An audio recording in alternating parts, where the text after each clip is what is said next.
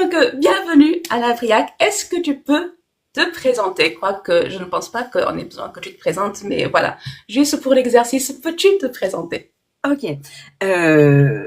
T'aurais dû me prévenir parce que ça, je sais pas faire.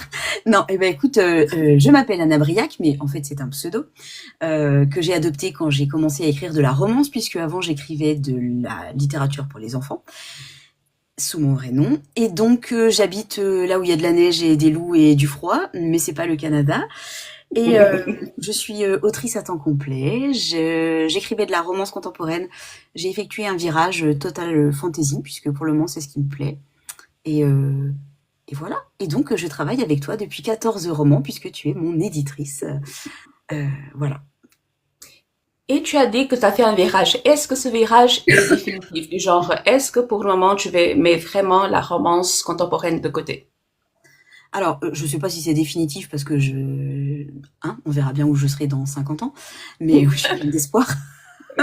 Mais pour le moment, ouais, j'ai pas envie du tout j'ai plus envie de romance contemporaine. Alors que j'aime toujours en lire, ceci dit, mais j'ai plus envie d'écrire ça. J'ai vraiment envie de choses plus bouillonnantes, plus mortelles aussi accessoirement, plus intenses, plus, enfin voilà, la romance contemporaine ne me convient plus. Et je préfère écrire de la romance fantasy, voire carrément de la fantasy romantique. D'ailleurs, Ouais. je me dirige plus vers ça. Et depuis quelques romans, donc surtout du harem inversé. Voilà. Et Et là, tu es en train de travailler sur les runes. oui. Mais par exemple, est-ce que tu vois déjà au-delà de runes ou pendant que tu t'occupes de ce projet, tu restes sur ce projet? Ouais. C'est un truc qui, au départ, me culpabilisait beaucoup quand je voyais les copines qui disaient que elles avaient leur planning d'écriture plein pour les 3-4 années à venir, ou genre toi qui as toujours 12 000 idées d'avance. Et moi, je Non, c'est la fonctionne. faute à une série, c'est pas ma faute. C'est la pieuvre. Je n'y suis pour rien. Ouais, bah oui, puis une fois que t'as mis le ballon dans le grenage, non, moi je sais pas du tout. Au départ, ça m'inquiétait. Je me disais, mais c'est pas possible, comment, enfin, c'est pas normal. Je devrais savoir. Et puis en fait, j'ai réalisé que alors déjà quand je travaille sur un projet, je ne travaille que sur ce projet. Il y a que ça qui m'inspire, enfin voilà, je suis incapable je suis mono-obsessionnelle, incapable de me concentrer sur deux choses en même temps. Et et en fait, quand je termine un projet, quand voilà, j'arrive au bout, je boucle. L'idée suivante, bah, elle arrive tout de suite. Mais je m'inquiète plus de ça en fait. Je sais que l'idée suivante va arriver. Mais du coup, je me projette pas sur cette idée suivante tant que je suis en train d'écrire. Déjà parce que bah, j'aurais envie de l'écrire et puis non, faut que je me concentre sur le manuscrit actuel. Et puis bah, c'est pas comme ça que je fonctionne. Donc je sais que je m'étais dit que euh, si la série Rune fonctionne bien, sachant que c'est un spin-off, j'avais envie de partir ensuite sur une autre série spin-off qui concernait la petite sœur de l'héroïne de la première série. Donc l'héroïne de la première série était Neven, sa petite sœur c'est Alma, et j'avais envie éventuellement de faire une autre série là-dessus. Enfin, mais je sais pas, si ça se trouve, ça va pas m'inspirer du tout.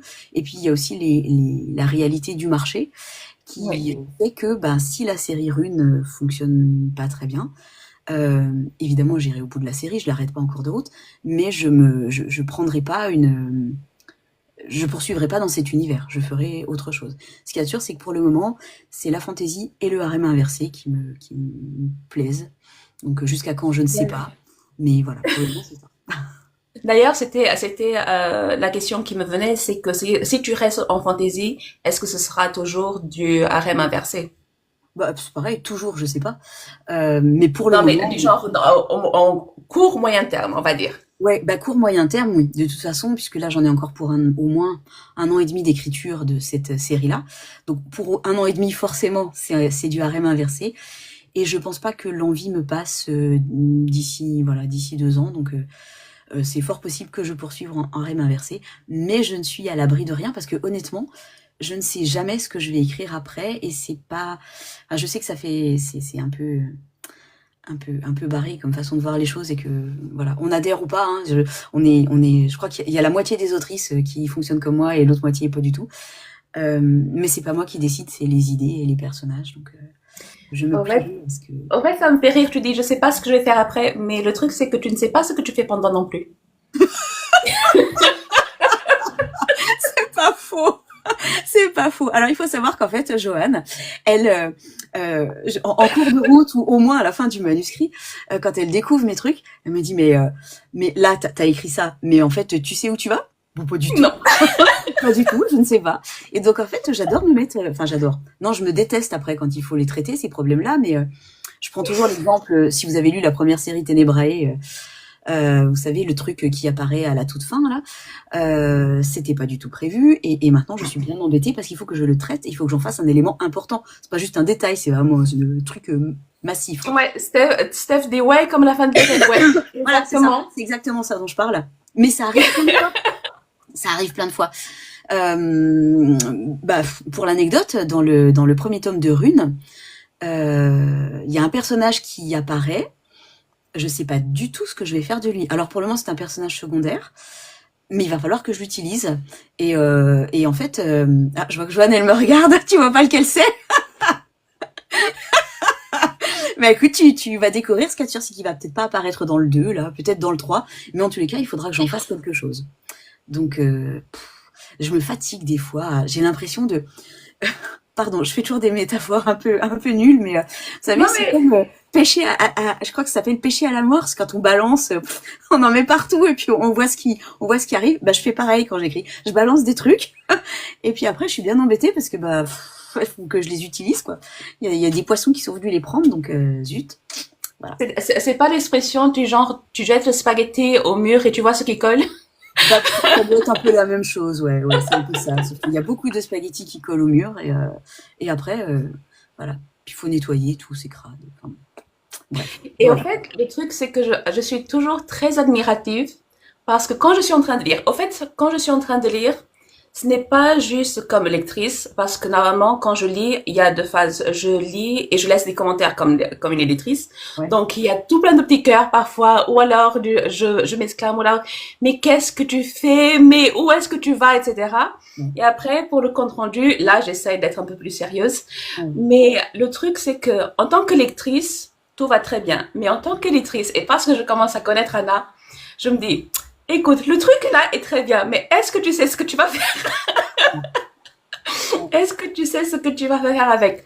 Et après, je suis toujours très admirative parce que tu arrives à tomber sur tes pattes et tu arrives à boucler les boucles et tu arrives à t'en sortir. Mais avec quelle torture de cerveau, je te raconte pas. T'arrives à t'en sortir et ça devient un truc extrêmement logique. On a l'impression que tu as réfléchi depuis le début. Et Ça, alors qu'en coulisses, on est là. Ouais.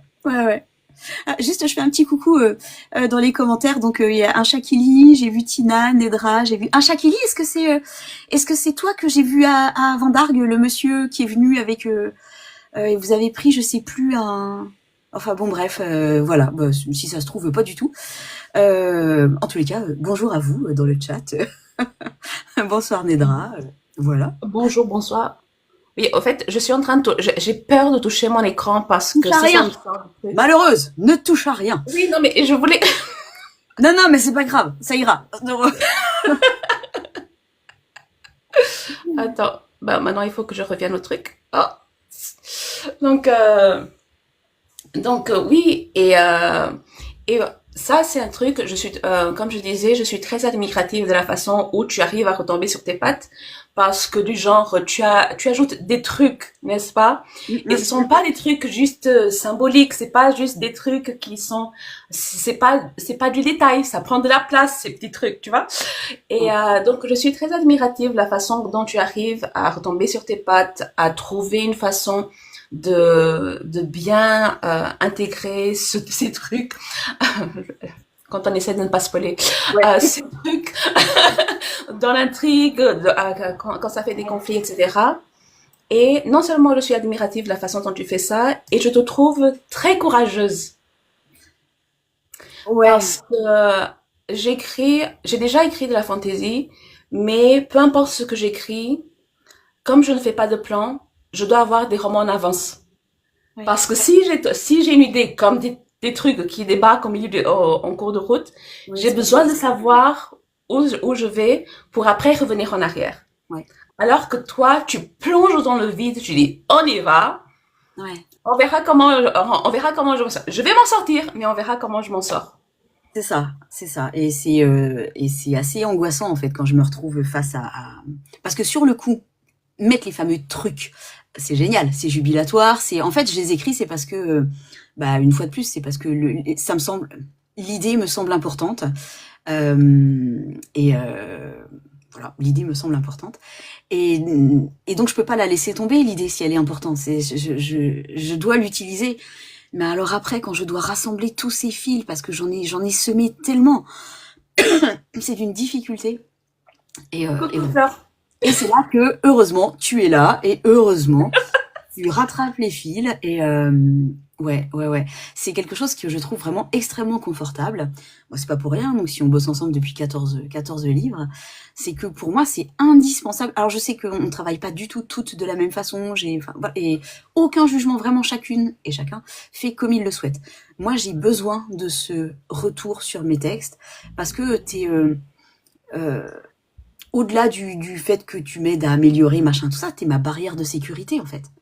Et c'est vraiment super important pour moi. Du coup, je peux y aller de façon totalement décomplexée parce que je sais qu'au bout du compte, voilà, tu fais le filet, tu me rattrapes, et s'il y a des trucs qui sont vraiment pas cohérents, pas, et ben tu vas le dire, tu vas le relever, et je vais pouvoir le corriger. Et c'est super, super agréable. Et ça y est, je dérive, mais c'est pas grave. On va retomber sur nos pattes. Ce que je trouve très très agréable et très important aussi dans la correction, c'est que parfois nos propres personnages, enfin moi en tous les cas, hein, peut-être que les autres autrices, elles ont pas ce problème-là, mais parfois mes personnages, ils changent de caractère en cours de route. C'est-à-dire que ils deviennent trop moi. C'est trop mes propres réactions que je colle dedans parce que bah je vis l'histoire en même temps. Et tout d'un coup, un personnage de guerrière, de voilà, va se mettre à être un peu trop fragile, un peu trop. Enfin, c'est pas fragile puisque c'est pas. On peut être guerrière et fragile, c'est pas le problème. Mais Ouais. en tous les cas, n'agit pas, n'a pas les réactions qu'il faut, enfin qu'elle est censée avoir. La première réaction de sa personnalité, au fait. C'est plus cohérent par rapport à ce qu'elle est, quoi. Mm. Et donc ça, c'est des trucs que tu repères vachement bien et ça, c'est super rassurant pour moi de travailler avec une éditrice. Et j'ai jamais fait sans d'ailleurs. Et si une fois, si il y a deux romans qui ne sont, non, il y a un seul roman. Il y a un seul roman, c'est le tome 2 du Chant de d'encre et de sang, qui est pas Ouais. du tout passé entre les mains de correcteurs, puisque le premier tome devait paraître en maison d'édition, donc lui, il est passé à la moulinette d'un éditeur, mais pas le tome 2. Et c'est le seul. Tous les autres sont soit passés par les mains d'une maison d'édition, soit par Témimine, et Mhm. ouais. Ah Oui, ouais. parce que je suis arrivée dès le deuxième tome de Sky. Ouais, ouais. J'avais pas, en fait, je t'ai découvert avec le chant de l'encre. Du genre, dans une autre vie, je t'avais Ouais. découvert avec chant de l'encre. Et j'ai été énervée Mhm. à ma lecture parce que nulle part c'était marqué que c'était un tome 1 et ça se terminait en eau de boudin Oui, c'est une et de mes pires fins. Oui, et oui. j'étais furieuse, j'étais comme ça, du genre c'était très prenant, mais à la fin j'ai fait, mais c'est pas une romance ce truc Ouais. Ouais, ouais. Ben si, parce mais que c'était un tome. Enfin, pour moi, mais c'était nulle tellement part juste. c'était marqué tome 1, c'était pas marqué sur la couverture, c'était pas marqué dans le livre, c'était pas marqué dans la page produit. Et en fait, je crois qu'à cette époque-là, on avait commencé à se croiser. Et Oui. donc, je t'ai parlé, et comme ça, non, il y a un tome de moi. Ah, ok, Ouais. d'accord. Donc, ma pression est descendue. Mais en fait, c'est de ma faute. Enfin, oui, évidemment, c'est de ma faute. Mais enfin, c'est de ma responsabilité en tous les cas. Mais j'étais très. C'est le roman avec lequel en fait j'ai switché littérature jeunesse, littérature adulte. Ouais. Et je me disais, mais je vais pas noter tome 1 sur la couverture tant qu'il n'y a pas de tome 2, c'est ridicule. Je reprendrai mon tome 1 pour noter enfin voilà, pour mettre la tomaison, mais quand le tome 2 sera sorti, sinon enfin oui, ça me semblait pas. Et en fait, je sais pas pourquoi. Enfin voilà, parfois on a des idées un peu idiotes. Et effectivement, ce n'était pas noté sur la couverture ni nulle part. Et Nulle je part. découvrais l'édition indépendante, enfin oui, j'ai basculé en auto-édition avec celui-là, donc J'ai appris. Nedra qui dit oui, je confirme la fin du 1. Ouais. Ouais, vous avez trouvé que mes cliffhangers sur Ténébra, ils étaient durs. Eh ben, le chant de l'encre, le tome 1, c'était bien pire, franchement. Oui, je pense que... Ah ouais, voilà, merci Nedra. Ouais, c'est pire. C'est la pire fin qui soit. Ouais. Ouais. Et en plus, c'est mon cauchemar ultime, ça, ce qui lui arrive à l'héroïne. Enfin non, c'est le début du 2 du coup, mais j'ai eu du mal à écrire ce début. C'était horrible. Écoute, je vais pas te plaindre quand tu te jettes toujours dans ces histoires-là. Ouais. Des genres, à chaque fois que je te lis, je dis, non mais le nombre de points karma que cette fille est en train de perdre en cours de route. Mais en fait, on va revenir un peu en arrière sur la façon dont tu travailles. Ouais. Parce que tu as dit que tu as besoin d'une barrière, un filet de sécurité, et que, sauf pour le deuxième chant de l'encre, la suite de chant de l'encre, tu as toujours travaillé avec une éditrice. Mais tu as vraiment constitué une véritable équipe éditoriale. Oui. Donc, on est plusieurs autour de tes textes. Oui. Même si les mots que j'utilise sont pas tout à fait ceux que les autres. Enfin, je vous explique. Je commence déjà par confier. Donc évidemment, j'écris, je corrige plein de fois, voilà. Et je passe d'abord mon texte à une alpha lectrice qui s'appelle Alice et bon, elle verra pas le live, mais j'ai honteusement oublié de la citer dans les remerciements de Rune du dernier, alors qu'elle est là depuis le tout début, le tout premier roman adulte. Et voilà, j'ai un petit peu honte. Bref, alpha lectrice, qui est là, pas du tout pour l'orthographe, mais vraiment pour le ressenti et les émotions, qui va me dire, bah voilà, il manque, là, je sais pas, il y a pas assez d'amour, il y a pas assez de tension, il y en a trop, t'en fais des tonnes, enfin voilà, vraiment le ressenti à chaud. Et puis ensuite, je recorrige tout ça, et c'est toi, Joanne, qui a la chance de lire. Mais au moins toi, quand tu le lis, il y a plus de XX. Alors que Alice, quand elle le lit, le texte, il y a encore des XX. Écoute, parfois il y a un ou deux qui s'échappent. Ouais, c'est vrai, des fois il y en a. Il y a un ou deux qui s'échappent et je regarde, je fais, je sais.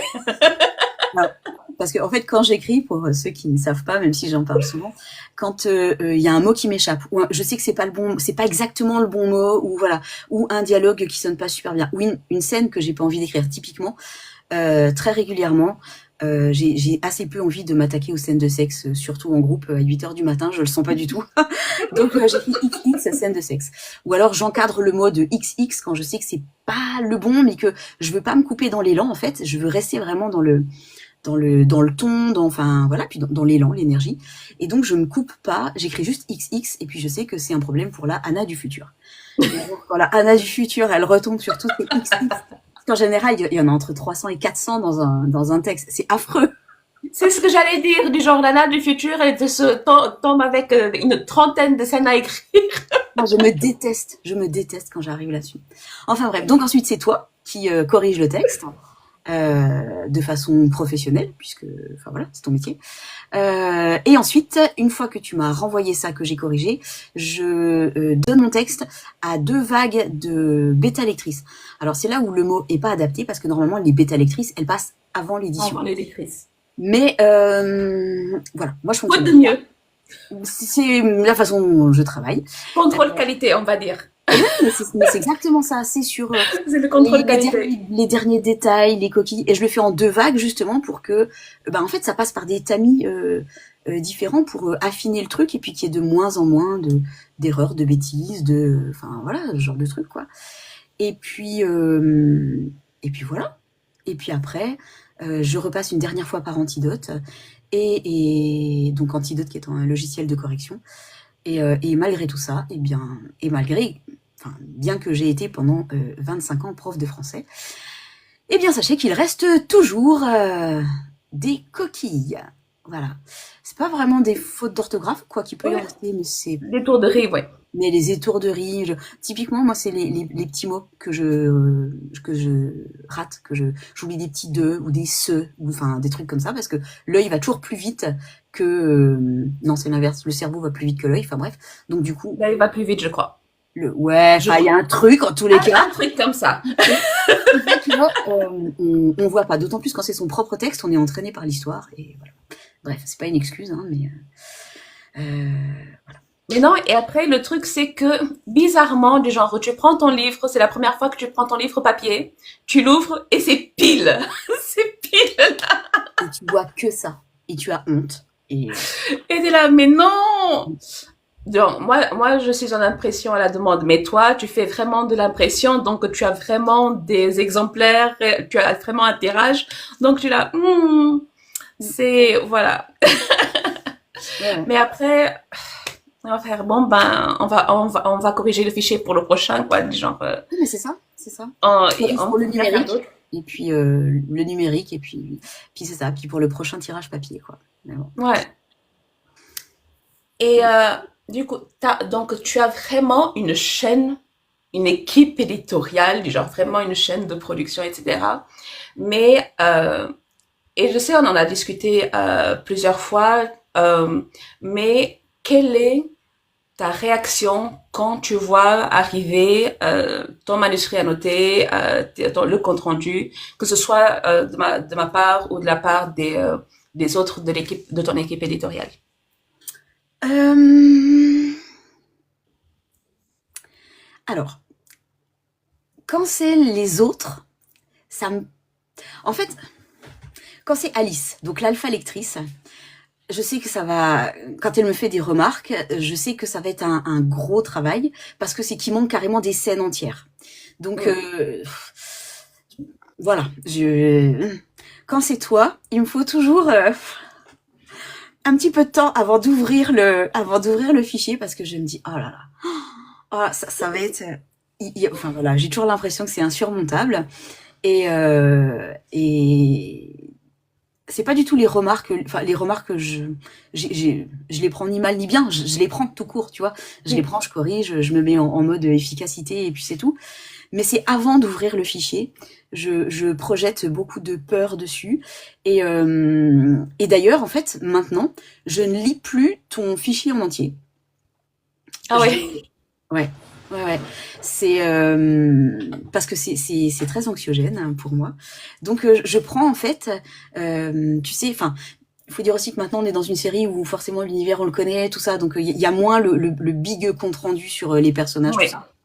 Et du coup je prends chapitre par chapitre et et ça va mieux, c'est plus simple, c'est plus voilà, j'arrive comme ça à surmonter l'angoisse de la correction. Mais ouais, d'abord c'est une grande méthode dans ma vie, c'est-à-dire que on peut dire ça, on peut dire c'est la tactique de l'autruche ou enfin voilà. En tous les cas, je ne regarde jamais tout en haut. Je fais une marche après l'autre Ben, parce que c'est sinon ça, je du me genre, noie. tu vas monter l'escalier, donc pas la peine de te Ouais, fatiguer par anticipation. ouais. Et j'allais dire que quand je reçois mes copies d'une éditrice aussi, je pense que j'ai besoin de 24 heures. Ouais, ouais, pour Je accuser. n'ouvre pas avant 24 heures. Mm. Et après, quand j'ouvre le fichier, je l'ouvre en miniature juste pour voir si c'est trop coloré, Ouais. s'il y a trop de commentaires. Et seulement après, je me lance. Mais le truc, c'est que la correction est ma partie préférée. Oh, mais Genre, j'adore écrire. J'adore découvrir mon univers, etc. Mais la correction, là, c'est vraiment ma partie préférée. Et je comprends tout à fait les personnes qui disent, ah non, j'aime pas ça, etc. Mais pour moi, la correction, c'est comme une déclaration d'amour à nos textes, à nos personnages. C'est comme si on retrouvait des vieux amis. Genre, on les connaît déjà, on est déjà bien dans le décor, etc. Et on est là juste pour peaufiner. Mais même si c'est ma partie préférée, fais attention à ne rien Ouais, casser. ouais, c'est ça. Et même si c'est ma partie préférée, j'ai toujours besoin de 24 heures avant d'ouvrir mon fichier. Je suis là, je ne suis pas sûre que je sois capable aujourd'hui. Aujourd'hui, comme toi, je fais l'autruche et demain on voit ça. Mais après, une fois dedans, ben voilà, une fois dedans, on y est, etc. Mais ouvrir le fichier, c'est Ouais, c'est dur. et Ouais, mais je sais même pas t'expliquer pourquoi. Parce qu'en plus je suis très détachée, j'adore mes histoires, mais je suis très détachée euh, quand il s'agit de, par exemple, de supprimer des scènes, de revoir, tu vois, du genre si on me dit coupe la moitié de ton roman, je coupe, il y a pas de souci. ouais. Mais avant de me Coucou lancer. Madou. Merci pour la plus grande fan. Oui, elle fait de la propagande, c'est vrai. Merci. Et j'en profite donc bonsoir à tous à Ouais, toutes celles et bonsoir tous à ceux tout le monde. qui ont Laure débarqué aussi. depuis. Donc c'est vraiment très bizarre comme sensation parce que je suis prête à tout pour mon texte. S'il faut recommencer, je recommence. Mais vraiment, les 24 heures avant de me lancer, je ne suis pas efficace du tout. Du genre, non, demain c'est bien. Demain Ouais. c'est... Mais après, je trouve que c'est indispensable. C'est vraiment un travail c'est pas juste une histoire de ciseler les mots ou mettre un mot à la place d'un autre. Non, pas du tout. C'est vraiment lui donner plus de force, d'universalité, enfin, je trouve que c'est vraiment quelque chose de super important. Et bon, après, voilà, on passe pas tous par Oui, cette phase-là et c'est très bien comme ça. Chacun son truc. oui, et il y a une chose que je pense que la nouvelle génération euh, ne se rend pas forcément compte. Euh, je suis hybride, donc je suis en maison d'édition et je Mhm. suis indépendante. Et j'étais dans un groupe de romancières d'une maison Mhm. d'édition. Et la nouvelle génération, une des filles a dit, ah, je suis soulagée parce que on n'a pas touché mon bébé. Du genre, ils avaient les corrections éditoriales, c'était Ouais, contenté d'être des corrections orthotypaux. Et moi, j'étais là. ouais, c'est ça. C'est pas une bonne nouvelle, cousine. Ouais, ouais. Du genre, et là, c'est un truc que je fais un moment, annonce d'utilité publique. Si vous êtes en maison d'édition, si vous avez cédé jusqu'à 90% de vos droits, ben, en échange, vous avez des corrections éditoriales, en plus des corrections orthotypaux. L'édition fait partie de la maison d'édition. Sinon, ce n'est pas une maison d'édition, c'est une maison de publication. On va dire ça comme ça. Tout à Donc, fait. vous avez cédé 90% de vos droits, Ouais, alors juste vous fais pas n'avez le job, pas quoi. juste Ouais, à accepter la moitié du travail, quoi. ouais. Et quand elle disait, oui, on n'a pas touché mon bébé, mais non. Bon, je suis plus dans cette maison d'édition, Non, mais c'est ça, c'est pas. mais Personne n'écrit un texte merveilleux du premier coup. J'en suis désolée, hein, mais c'est une réalité. Ou alors il y aura des passages merveilleux, mais il y aura forcément des choses à reprendre, à renforcer, voilà, à couper un peu pour mettre plus de tension. C'est obligatoire, quoi. Enfin, je veux dire, les plus grands. Enfin, j'allais dire écrivains, mais c'est même pas ça. C'est les artistes de façon générale. Personne ne fournit un travail artistique parfait et idéal. Enfin, d'ailleurs, ça arrive jamais, parfait et idéal. Enfin, pas pour moi en tout cas. ouais, Mais enfin, ouais, le premier jet est un brouillon, ce n'est mais je veux dire, pas... même quand c'est pas le premier jet, je veux dire, même quand ça a été un petit peu corrigé, tout ça, c'est euh, c'est pas suffisant. Enfin, je veux dire, on peut l'amener. En fait, si, peut-être que c'est suffisant, mais en tous les cas, on pourrait l'amener encore plus haut. Et Oui, voilà, je trouve ça super dommage. Mais c'est le cas aussi pour les gens qui composent de la musique, pour les peintres, enfin, on, on, on retravaille tout ça. C'est d'ailleurs une spécificité de l'écriture. Enfin, non, c'est un préjugé qu'on colle vraiment sur l'écriture. Je ne comprends pas pourquoi pour tous les autres arts, il faudrait faire des gammes, s'entraîner à copier, bref, s'entraîner, apprendre, mais pas et pour l'écriture. l'écriture, c'est du talent, C'est inné, c'est... c'est du talent. Mais non, c'est pas du talent. Mais non. D'ailleurs, tout le monde peut écrire. La qualité numéro une en écriture, c'est la ténacité et la persévérance. Ça n'a rien à voir avec le talent. Pas du tout. Oui, et Vraiment, mais alors, pas du tout. d'ailleurs, je sais qu'il y a beaucoup de personnes qui n'aiment pas le mot talent, etc. Mais Ouais. moi, j'aime utiliser le mot talent comme c'est de la prédisposition. Du genre, si tu as Oui, la prédisposition pour le dessin, la prédisposition pour l'écriture, pour la musique, etc. Du genre, tu sais que tu as quelque chose et après tu vas travailler sur quelque chose. Du oui, genre, oui, tu ne te bases pas sur le talent, tu travailles ce talent-là. Mais, oui. Puis et il y je a une pense, appétence, il y a aussi un environnement oui, culturel. Hein, on va pas se mentir. Hein, c'est évident bah non, aussi. Je veux dire, voilà. maintenant, Mais il faut les ressources, il faut que on grandisse avec non seulement les ressources, mais l'acceptation qu'on puisse le faire. on puisse le Du faire. genre, Exactement. si tu es en train d'écrire, ou si tu veux écrire, ou si tu veux lire, mais t'es dans un cadre, dans une famille, dans un environnement où on t'encourage pas du tout bien sûr. à l'écriture, on t'encourage pas du tout à la lecture, ben tu vas jamais développer cette prédisposition qui est pourtant là, quoi. Ouais. Ouais, non, tout à Mhm. fait. Mais voilà, le talent, ouais, bof, quoi. Non, c'est juste, c'est du travail, voilà. C'est comme tout le Ah oui. reste, c'est du travail. En plus, c'est dangereux de faire croire aux gens que que c'est du talent. Puis en plus, tu sais, je trouve ça a un côté dégueulasse de dire, pardon, on va confisquer ça aux gens. Et t'as pas de talent, tu peux pas le faire.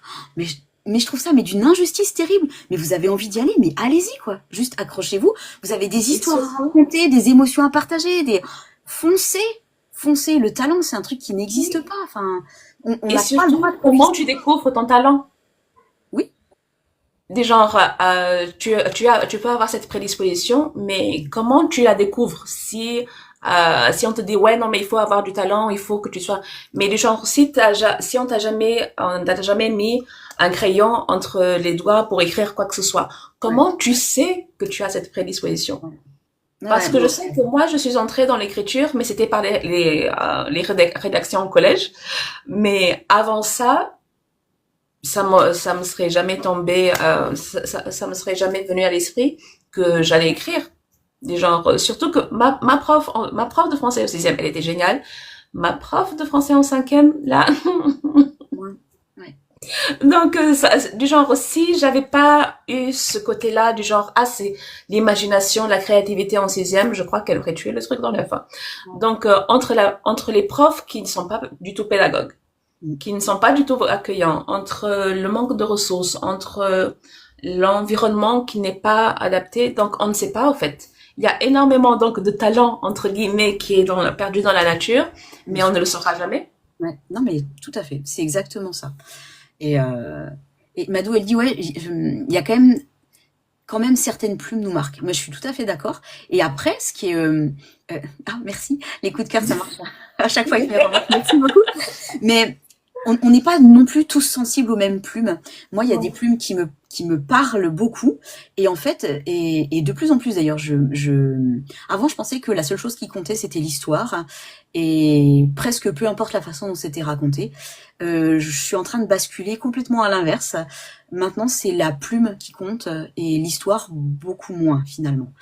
Mais là encore, on n'est pas tous marqués par les mêmes plumes, on n'adhère pas du tout au même style, des auteurs, des autrices que moi j'adore, et certaines copines vont pas du tout aimer, et vice-versa. Et Voilà. après, on peut Ouais, aimer une ça dépend de la plume, ne sensibilité, c'est pas du ça. tout adhérer et pas du tout adhérer à l'univers ou Ouais, ouais, exactement.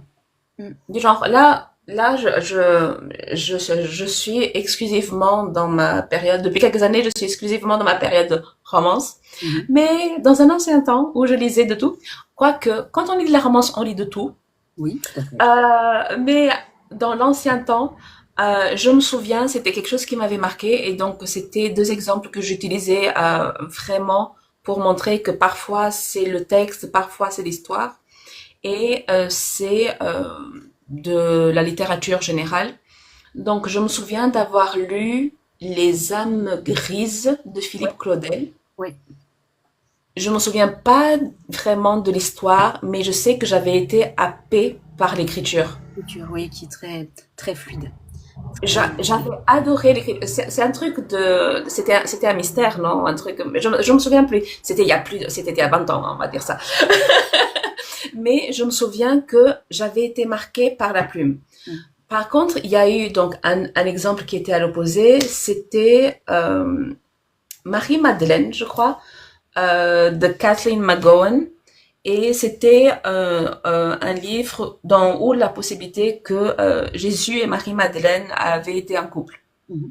J'avais adoré l'histoire, mais la plume, Ouais. je n'avais pas du tout adhéré à la plume. Et le truc, comme c'était une série, donc je me suis lancée dans le tome 2 du genre, dès qu'il est sorti, je me suis lancée. Et le truc, comme je n'ai pas adhéré à ce tome 2, comme je n'ai pas adhéré à l'histoire du tome 2, j'ai vu tout ce que je n'avais pas aimé dans le tome 1, en fait. Ouais. Et ça a été beaucoup plus flagrant.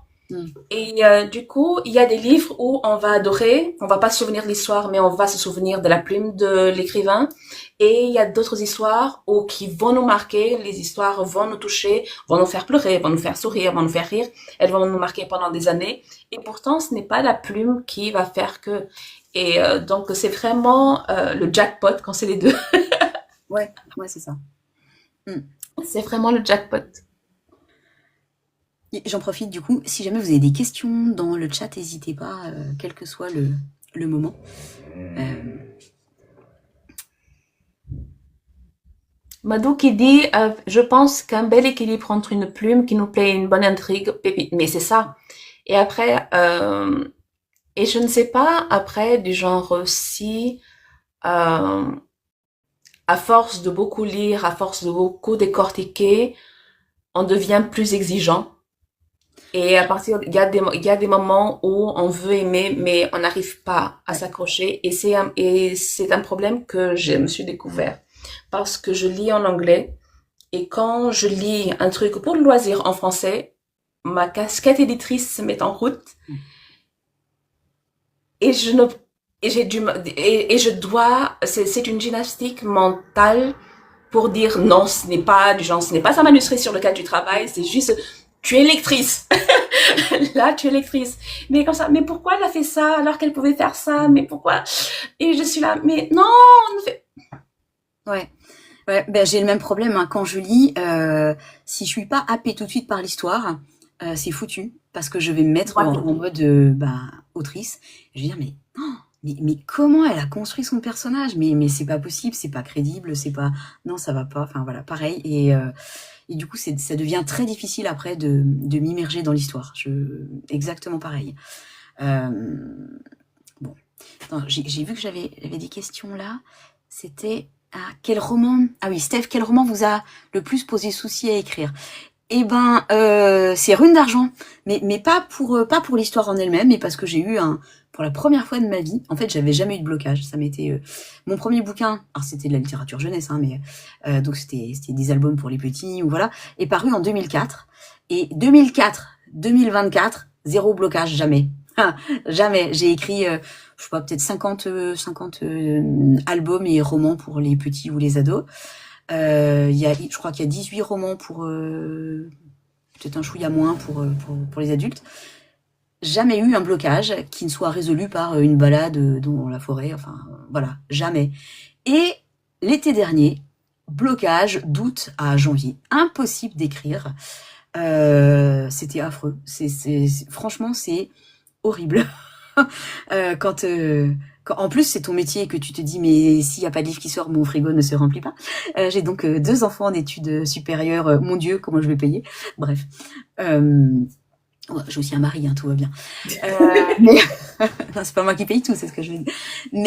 Mais au-delà du fait des finances, c'était un ressenti qui était très très très douloureux parce qu'en fait je me suis construite autour de cette identité d'autrice de voilà la créativité, les mondes imaginaires, c'est ce que je suis parce que j'écris mais je suis aussi une très très grosse lectrice et être privée de ça c'était insupportable, vraiment c'était une douleur. Et bon, ça s'est cumulé avec des gros problèmes de sommeil et plein d'autres choses. Bon, on s'en fiche. C'est revenu. Tout va bien. Je croise les doigts. Le tome 2 s'écrit à peu près tout seul, donc ça va bien aussi. Mais ça m'a vraiment fait peur. Je me suis dit, oh, mais et si jamais c'était parti, et parti pour toujours? Et, euh, et c'était effrayant parce que ça m'était jamais arrivé. Voilà. Bon, je crois qu'en fait, j'avais un peu retiré sur la corde. Ouais. Et là, c'est mon avis de l'autre côté de la barrière. C'est ce blocage. Il y avait aussi la pression de mieux faire. Oui. Et le truc, et c'est là quelque chose que je veux dire au large, c'est que on est souvent trop critique de nous-mêmes. On est vraiment nos pires critiques, nos pires juges, Mm. et ces blocages-là viennent d'une peur, mais c'est entièrement nous, c'est entièrement subjectif, parce que Anna était bloquée avec cette histoire. Elle m'a envoyé un brouillon et j'ai adoré ce brouillon. C'était encore un brouillon. Ouais. Genre, c'était même pas la version finale. Ouais. Et c'était mon préféré de tous les romans sur lesquels on avait travaillé. Et j'ai écrit, je ne sais pas, je crois, est-ce qu'il y avait un compte rendu pour celui-là? Il y avait un compte rendu? Non, non, bah on en a parlé après. Mais non, mais en fait, t'avais pas grand-chose à critiquer, donc Ah c'était. voilà. Oui, mais moi ça m'aidait pas parce qu'en fait bah, en fait j'aurais voulu que tu me dises oui, ton problème c'est exactement ça. Mais non, il est super ton livre. Genre, je crois qu'il y avait un truc ou deux à revoir dans le texte parce qu'en plus, le truc frustrant, c'est que ce brouillon n'était même pas terminé. Ouais. Donc, je savais pas ce qui allait se passer. Ouais. Oui, j'ai dû Mais arrêter le fil après là. Si vous mais avez c'est lu Rune génial. d'argent, ouais, si vous avez lu Rune d'argent, je crois que je t'ai donné, ça allait jusqu'à la scène un peu choupinette avec Thorne à la forteresse. Peut-être. En tout cas, c'était pas un cliffhanger. Donc, je te C'est ça. remercie. Mais voilà, genre, à un moment, j'étais dans ma lecture et je tourne la page. Ouais. Il n'y a plus rien. Et donc, j'étais là. Mais Anna, mais de quoi tu causes au fait? Du genre, t'es tellement stressée pour cette histoire, mais Ben, pourquoi? ben, je sais pas. Mais d'ailleurs, c'est étonnant parce que enfin, c'est étonnant. Elle démarre pas forcément super, hein, la vente du livre, je veux dire. C'est pas, bon, on va, c'est pas grave, hein, je veux dire, c'est pas en 15 jours que le destin d'un livre se décide, donc c'est pas très grave, mais, euh, bon, voilà. On va dire que ça aura été un livre un petit peu difficile. On va croiser les doigts, mais Ouais. sincèrement, je pense que euh, c'est assez le roman que j'ai préféré lire. Et je pense que c'est parce que l'héroïne, au fait, j'aime quand c'est mon côté sadique, je crois. J'aime quand les personnages ont l'impression qu'ils n'ont pas ils n'ont pas le choix. Du genre, ils doivent se sacrifier, ils n'ont pas le choix devant le sacrifice. Et quand en plus c'est dans un univers fantasy où c'est des fins du monde, ou si c'est pas des fins du monde, mais la mort est très facile. Mm. La mort est extrêmement facile Ouais. dans ce type d'univers. Et donc on se dit, mais elle va se sacrifier à chaque instant et elle est forte, elle est vulnérable, elle peut être douce, mais elle s'empêche d'être douce. Du genre, elle est complexe, mais elle est tellement humaine, même si elle n'est pas humaine. Mais tu vois, donc elle est vraiment touchante comme héroïne. Et après, et le truc c'est que j'aime chacun des prétendants. Oui. En fait, pour sa personnalité. Du genre, j'aime le côté protecteur de Thorne. J'adore du genre ça en même temps. Quand on aime lire des alphas, quand on aime lire Ouais. des loups-garous, etc. Donc, on aime ce genre de personnage. Après, le côté... Et je me souviens, quand Kern arrive, il est de dos. Il Oui. ne parle même pas. Du Oui. genre, moi, on avait déjà discuté, donc moi, je savais qui étaient les trois, mais ils n'avaient pas encore été présentés dans le livre. Mm. Et tout d'un coup, je suis en train de lire, on ne sait pas, on n'a pas de présentation, on ne sait pas, il est de dos. Mm. Du genre, ils sont deux, il est de dos, et je dis, c'est lui. Ouais. J'ai fait, c'est lui, je suis sûre Mm. que c'est lui. Et il se retourne, moi. Ouais. C'était lui. Et donc, non, non, ça, sincèrement, le, j'allais dire le trio. Le quator, je pense que c'est l'héroïne qui est ma préférée, c'est l'ensemble. En fait, on sait même pas encore comment elles vont être ensemble, mais c'est l'ensemble je les aime. Donc voilà. Ouais. Et donc je ne sais pas. Il y a des fois où, en tant qu'éditrice, il y a des fois où je peux faire des comptes rendus de 20 pages. J'en ai déjà fait 20 pages parce qu'il y avait vraiment des trucs à revoir Et surtout quand il y a des choses que je considère qui sont problématiques, je peux aller Mm. très dans le détail parce que de toute façon, ce sont des suggestions. Après, vous faites ce que vous voulez. Mais il y a aussi des occasions où je débarque et je dis, je n'ai rien à dire, en fait. Mm. Contente-toi des commentaires sur le texte, dans Ouais. le texte, parce que j'ai pas de compte rendu là. Oui, bah oui. Mais tu vois, c'est marrant parce que pour moi, Liska, qui est donc l'héroïne de Rune, alors oui, c'est une sorcière, machin, tout ça, mais pour moi, elle représente vraiment, alors là, du tout, c'est totalement anti-glamour et tout ça, mais elle représente vraiment la condition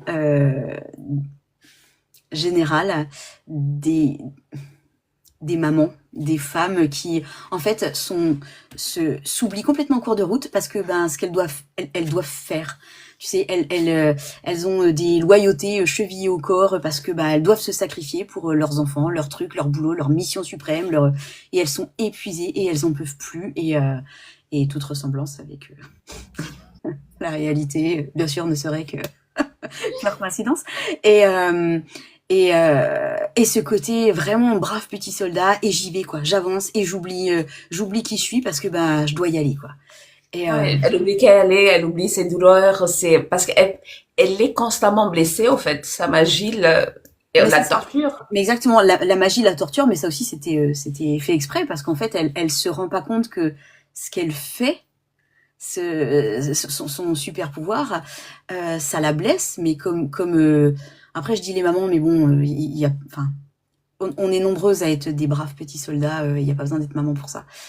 Et oui, et on s'auto-inflige, voilà, ces douleurs-là. Et donc ouais, pour moi, c'était vraiment une héroïne qui était totalement, je sais pas comment dire, tu sais, elle est parfaitement réelle en fait. Elle est parfaitement ancrée dans le réel et dans notre vie à nous. Et alors bien sûr, j'ai transposé ça en fantasy, mais je crois que c'est la première héroïne que, bah, ouais, j'ai l'impression d'avoir mis beaucoup de moi dedans. Tout va bien dans ma vie, hein. Mes enfants ont 23, ont 20, ça va, j'ai plus besoin, tout va bien pour eux. Mais ouais, ce côté vraiment, j'avance et je m'oublie. Et je crois qu'on est tellement nombreuses à le vivre comme ça au quotidien. Et c'est nul, en fait. Voilà. Ça va être ça, l'arc de Liska. C'est réveille-toi, chatounette, tu as une vie à toi, rien qu'à toi. Et c'est pas juste le fait qu'il y ait trois messieurs dans ton lit. Ça, voilà, ça. Oh purée, mais ça doit être tellement insupportable dans la. Oh, oh là là, le calendrier, la gestion et tout, la souplesse. Enfin bon, on en a déjà parlé, on va laisser tomber. Bref, voilà. Je voulais dire autre chose et je sais plus. Attends, je réponds juste à une question que Madou a posée bien avant. Eh ben, un salon en Loire-Atlantique, je suis désolée, j'en vois pas trop. S'il y en a, n'hésitez pas à me le dire. Mais en tous les cas, c'est vrai qu'il n'y a pas de salon prévu en Loire-Atlantique du tout pour moi. Donc, je suis absolument désolée. Et il me semble qu'il y avait une autre question. Les cliffhangers, l'horreur. Mais non. Et là, il y en a pas dans Rune. Hein. Vous pouvez pas me dire, il y en a pas dans Rune. Hein. Et sachez que j'avais posé la question quand même à Joanne, mais aussi à mon alpha lectrice, parce que je me demandais si j'allais pas, vous savez, à la fin du tome, à la fin de Rune, au moment où l'incendie, machin, et donc ensuite elle s'en va. Et donc elle se sent super seule, machin. Je voulais couper là, juste là, et que on sache pas les messieurs, tout ça, ce qui fait, voilà. Je voulais terminer sur un truc hyper solitude, tout ça, et c'était. Et puis je me suis dit non, de toute façon, ça fait 1 an et demi que je reçois des messages qui me disent je vous déteste, les cliffhangers c'est pour me tuer. Donc je dis non, c'est bon, il y aura pas de cliffhanger dans celui-là. Enfin, forcément il y a un peu de suspense. Je dis pas que j'ai pas mis du tout d'éléments pour donner envie de lire la suite, mais je trouve que c'est pas un cliffhanger douloureux comme j'ai pu le faire dans absolument tous mes autres romans. Ouais, parce qu'après, j'ai appris qu'on m'accusait, moi. Oui, c'est vrai. C'est la faute à Joanne. Du genre, je ne sais pas, j'étais tranquille dans un groupe WhatsApp et tout d'un coup, une de tes bêtas lectrices, elle a fait, apparemment c'est ta faute s'il y a eu ce cliffhanger. Moi, quelle faute? Qu'est-ce que j'ai fait? Non, mais apparemment c'est toi qui as choisi. Ah non. Non. Ah si, non, je t'avais laissé le choix entre deux. En fait, non, mais le truc c'est que Anna a proposé. Moi, j'ai dit, celui-là est meilleur parce que c'est plus cohérent. Du genre, c'est pas parce que j'ai choisi, parce que c'était le pire. Non, mais, et après, on dit, non, mais apparemment, c'est ta faute. Voilà, merci Flore, c'est la faute de Joanne, c'est tout. Et donc non, je vais pas au salon qui est le salon aussi, je sais plus quoi là. Ouais, je l'ai vu passer celui-là. Faut que je le note pour l'année prochaine. Mais en fait, souvent les inscriptions c'est presque un an à l'avance. Donc, pardon, j'interromps l'histoire du cliffhanger. Par contre, je me le note. Ah non, mais, du genre, il y a Steph qui est en train de dire, faut bien une responsable. Non, là, Voilà, c'est pas une exactement. responsable, c'est un bouc émissaire. Oui, c'est vrai, c'est vrai, c'est vrai. Tu as Du raison. genre, je n'y suis pour rien. Et C'est je vrai. n'y suis pour absolument rien. Hop, voilà. Allez, j'ai tout noté pour le salon. Et non, tu n'es pas responsable. Tu as raison. Tout c'est l'autrice qui décide de toute façon. Ah. Oui. Ah, et c'est un autre truc que j'aimerais quand même rappeler, toujours à la nouvelle génération qui a toujours peur qu'on puisse dénaturer les textes après une correction éditoriale, etc. Tout ce qu'on peut faire, ce n'est que des suggestions. Mm. C'est à prendre ou à laisser. Vous faites exactement ce que vous voulez. Du genre, on propose, on explique pourquoi on propose. Mm. Et après, à vous de dire oui, je prends pas. Ce sont vos choix artistiques. C'est votre texte, c'est votre nom sur la couverture. C'est vous qui assumez le truc, quoi. Donc, j'ai déjà eu des cas où j'ai eu une romancière qui n'a rien accepté. En fait, ce n'était même pas de la romance qu'elle avait écrite. Elle a dit, mais oui, c'est de la romance. Cousine, le love interest apparaît à 20 pages de la fin. Ah oui. Ouais, là non, ça le fait pas. Oui, c'est pas une romance après. Voilà, c'est un Non, autre mais genre c'est de marqué roman. des Mais... romances. Mm. Du genre, tu gères, c'est toi qui gères. Moi, j'ai fait ma part, toi, tu fais le reste. Et j'ai déjà une romancière qui a dit, OK, tu as raison, elle a écrit tout le livre. Elle a réécrit tout le livre. Elle a mis le livre que sur lequel j'ai travaillé à la poubelle. Elle a réécrit son histoire. Donc, ce sont deux extrêmes. Je pense qu'on peut trouver, on peut se trouver à mi-chemin du truc. Ouais. Mais c'est vraiment pour dire que peu importe avec qui vous travaillez, bêta, alpha, bêta, éditrice, ce sont des suggestions. Vous n'avez pas besoin d'appliquer tout ce que vous propose cette personne-là, parce qu'après, ça dépend de vos choix artistiques. Si vous pensez que c'est vraiment ça que vous voulez faire, si vous avez une raison pour ça et c'est expliqué dans un roman, dans un tome qu'on n'a pas encore lu, etc. Mm. Mais vous faites ce que vous voulez. En tout cas, c'est votre nom sur la couverture. Par contre, si c'est la correctrice, prenez tout. Mm. Au fait, prenez 95% du truc. Parce que parfois, il se peut on se donne des libertés linguistiques dans le truc, Oui. qu'on va corriger, et la personne va corriger. Moi, en plus, comme mon français est très barbare, donc je fais énormément de barbarisme, donc je, normalement, j'accepte tout, mais il y a certaines situations où je dis, mais non, c'est spécifique à cette histoire-là, spécifique à ce contexte-là, donc etc. Mais normalement, avec une correctrice, un correcteur, 95% vous acceptez. Maintenant, tout ce qui est alpha, bêta, éditrice, vous avez le dernier mot. C'est votre livre. Si vous voulez tout accepter, acceptez. Si vous ne voulez rien accepter, n'acceptez pas. Ouais. Yeah. Et d'ailleurs, à propos d'accepter ou pas, j'ai vu une remarque alors je sais pas qui c'est, Vie de Art, conteuse d'histoire, qui dit en tant qu'autrice, je valide le fait de prendre réellement en compte les avis de bêta. Et ben en fait, alors je sais pas comment fonctionnent les copines, mais ici, je prends pas forcément, enfin si, de toute façon je prends en compte, mais je suis pas forcément leur avis. Elles sont nombreuses, hein, elles sont 6, 7. Si elles sont plusieurs à me faire une remarque, c'est que oui, effectivement, il y a un problème. C'est que il y a un truc qui va pas. Si on a qu'une qui me fait une remarque sur un point précis, bah c'est peut-être tout simplement son ressenti à elle, Sa sensibilité, au fait. ouais, c'est ça, sa sensibilité. On peut être aussi objectif qu'on peut, mais on a notre propre perspective des choses, nos Oui, propres sensibilités. Donc, les choses que pour nous, ça peut nous choquer ou peut aller, peu importe, ben, ce n'est pas universel. On n'a pas la vérité universelle, quoi. ouais, ouais, ouais, tout à fait. Et puis Mes bêta lectrices, elles sont toutes très différentes en termes de profil. Il y a des vraiment lectrices. Ah, déjà, il y a tous les âges. Et puis il y a aussi des lectrices de romances pures, et puis d'autres qui sont vraiment enfin voilà, genre plus d'autres genres. Et justement, les attentes sont super différentes. Donc des choses ou des mots qui vont heurter l'une et pas l'autre. Et voilà. Après.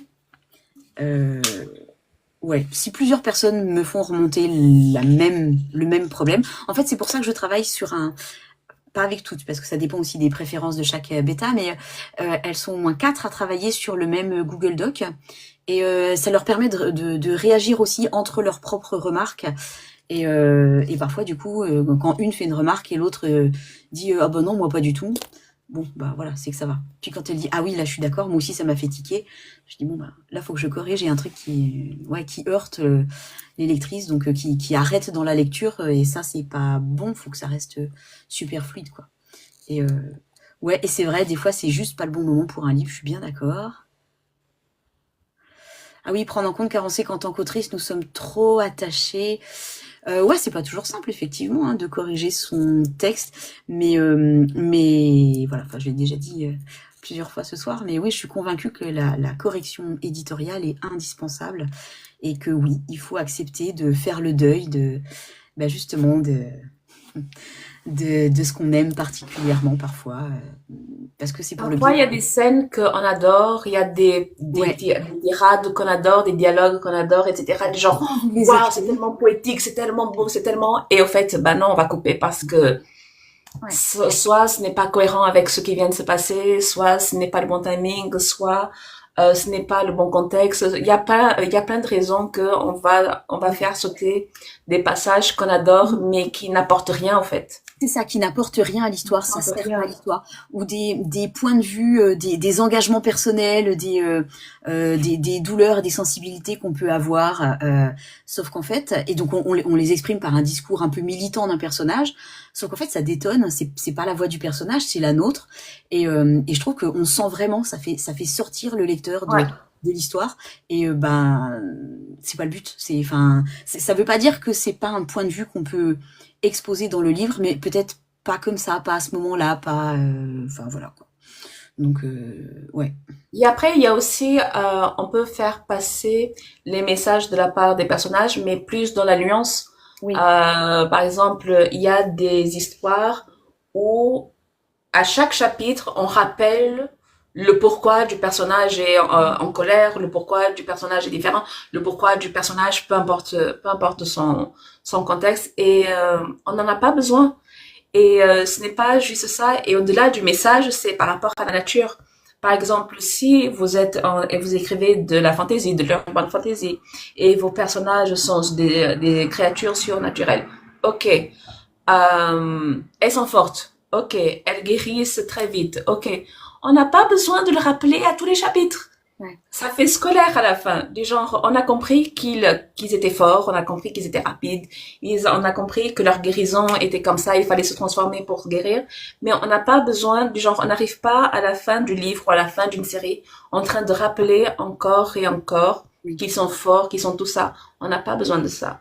Mais Et en donc, tant ça, qu'auteur, bah, on ne le voit pas. ouais. Mais oui, c'est ça, parce qu'en tant qu'auteur, on a toujours peur que le message soit pas passé, Et là, que le oui, lecteur ait oublié, alors que en fait, c'est pas vrai. Le lecteur, quand il a lu une fois l'info, s'il a lu une fois, elle guérit vite. Il le sait en fait. Il n'y a pas besoin de le redire. Mais ouais, on a toujours peur que notre. après, on le met en action. Du genre, on peut dire oui, grâce à sa force ou à sa nature, il Ouais. guérit vite, etc. Mais la fois suivante, on a juste à le mettre en pleine action. Il s'est blessé et on peut voir la cicatrice se former. On peut le voir que Oui, oui, il non mais avait une côte fêlée. Et tout d'un coup, il respire mieux, tout va bien. Du genre, on n'a pas, sinon ça fait très scolaire. Mais oui, je suis totalement d'accord. On a peur que le message ne soit pas passé. On ouais. a peur que, attends une seconde, il y a le live qui veut prendre fin si je bouge pas. Ah, alors Il y a vas-y, un buzz. Merci TikTok. C'est du genre Netflix. Est-ce que vous êtes toujours là? on est là. Oui, ah bah, du coup, je Donc, profite de l'interruption. Bonjour voilà. à tous ceux qui sont arrivés. Et j'ai noté les infos pour les salons, vous inquiétez pas, je vais regarder tout ça, il n'y a pas de souci, j'ai noté. Donc oui, normalement, au bout d'une heure, TikTok est si vous êtes toujours là, donc il y a un truc comme dites-moi que vous êtes un humain, voilà. Donc qu'est-ce que je disais déjà? C'était ouais sur maintenant je sais même plus. C'est pas grave, c'est pas grave.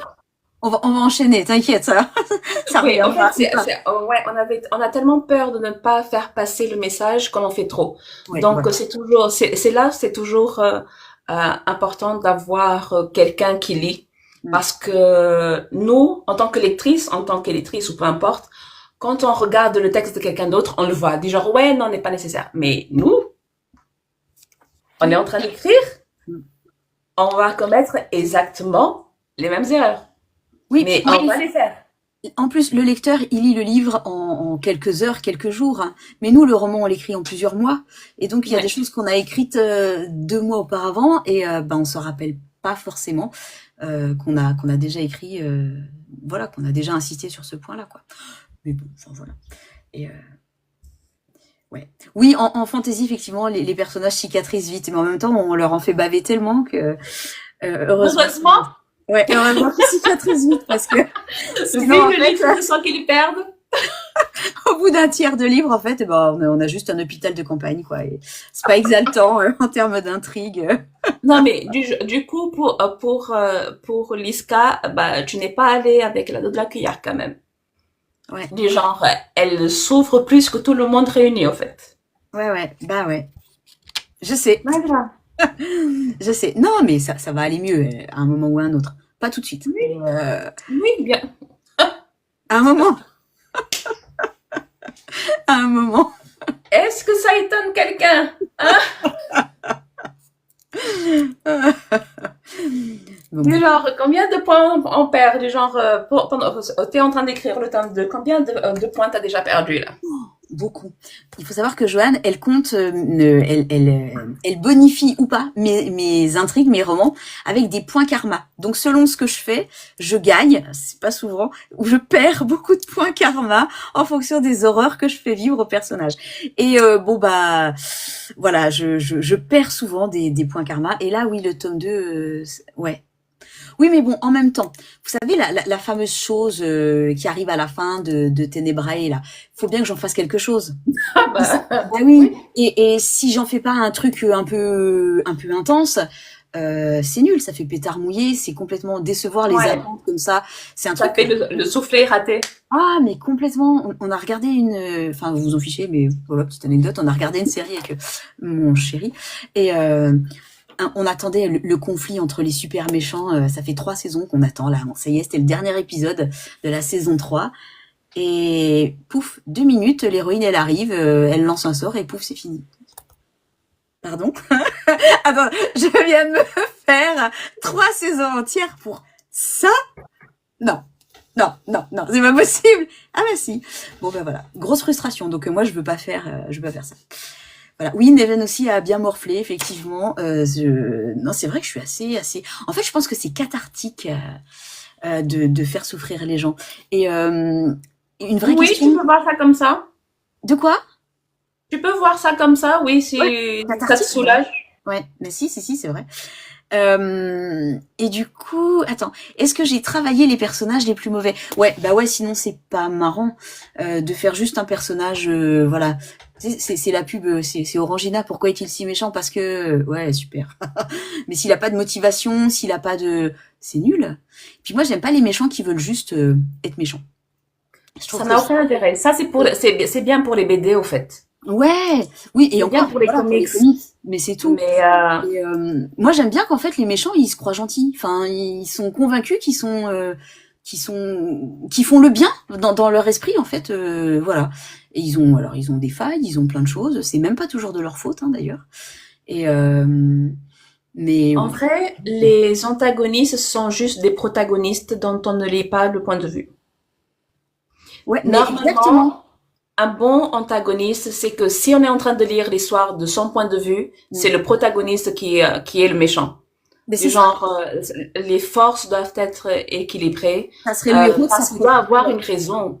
Et il ne peut pas juste vivre pour être méchant, quoi. Ouais. Donc, il a une vue, il a une vie, il a ses failles, ses forces, il a ses qualités, ses défauts, etc. Ouais. Et cette raison d'aller contre le protagoniste doit être forte aussi. Mm. Donc, ce sont deux forces. Et je crois que le meilleur antagoniste, c'est quand les lectrices sont en train de se dire, mais au fait, je suis plutôt d'accord avec lui, au fait. Du Ouais. genre, non, mais, du genre, Il a il y a des raison moments aussi. où elles ne savent pas, Ouais. tu vois. Donc, moi, j'aime bien. On n'en arrive pas tout le temps. Du genre, c'est pas facile tout le temps. C'est vraiment du genre, c'est vraiment du travail c'est un travail méticuleux à faire. Mm. Mais quand c'est vraiment bien réussi, du genre, on ne sait pas, on ne sait pas comment, qui choisir. À un moment, on est team ça, à l'autre moment, on est team là-bas, du genre, ah, mais faites-le-vous un bisou, faites la paix. Ouais. Et mais non. Voilà. Non, mais tout à fait. Tu sais, c'est vraiment, c'est comme Star Wars. Dark Vador, je suis désolée, quand tu racontes son histoire, mais choupi, quoi. T'as plus envie de le détester, papa. Enfin, tu vois, c'est... Enfin, bon, bref, voilà. Moi, je pense que les méchants se travaillent autant que les gentils, voire plus, parce qu'on va Ouais. forcément porter notre intérêt sur eux. Donc, voilà. Après, effectivement, on réussit pas toujours à les creuser autant que ce qu'on voudrait. Mais, ouais, voilà.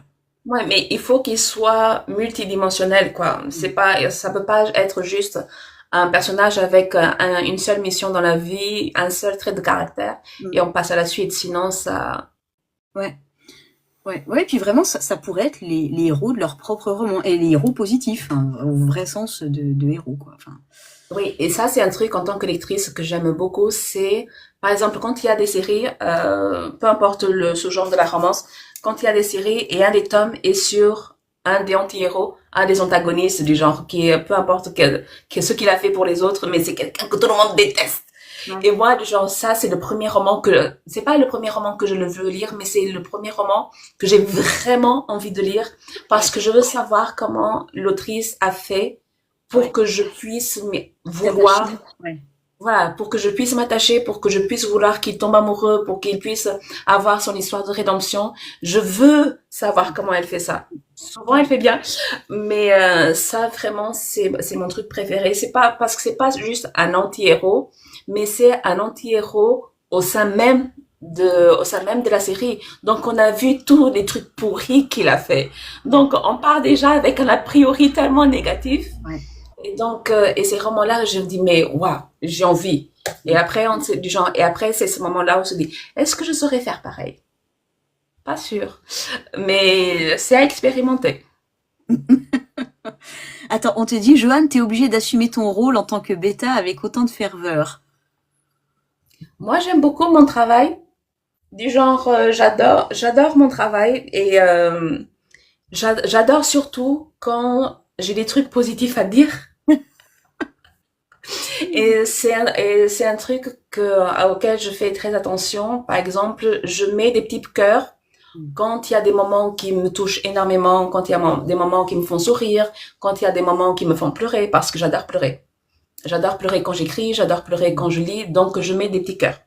Et je pense que parce que moi aussi je suis romancière et que moi aussi je reçois mes copies, moi aussi je reçois mes manuscrits corrigés, etc. Je sais à quel point ça peut être décourageant quand ce n'est que négatif, quand il y a même pas une ligne, même pas un passage Ouais, puisse être qui puisse toucher au fait. ouais. Et Donc quand on confie son livre, pas que les premières fois d'ailleurs, hein, quand c'est publié aussi, mais quand on le remet entre tes mains, enfin, ou les mains des bêtas, mais franchement, on se met à nu, en fait. C'est vraiment, on a, vous savez, on a ouvert là et on a mis les triples cœurs, et le moindre truc, vraiment, le moindre truc peut blesser. Le, enfin, je me rappelle Bonne nuit d'une, Madou, pardon. ah oui, bonne nuit, ah oui, voilà, bon courage à demain. Merci d'avoir pleuré, Mimi.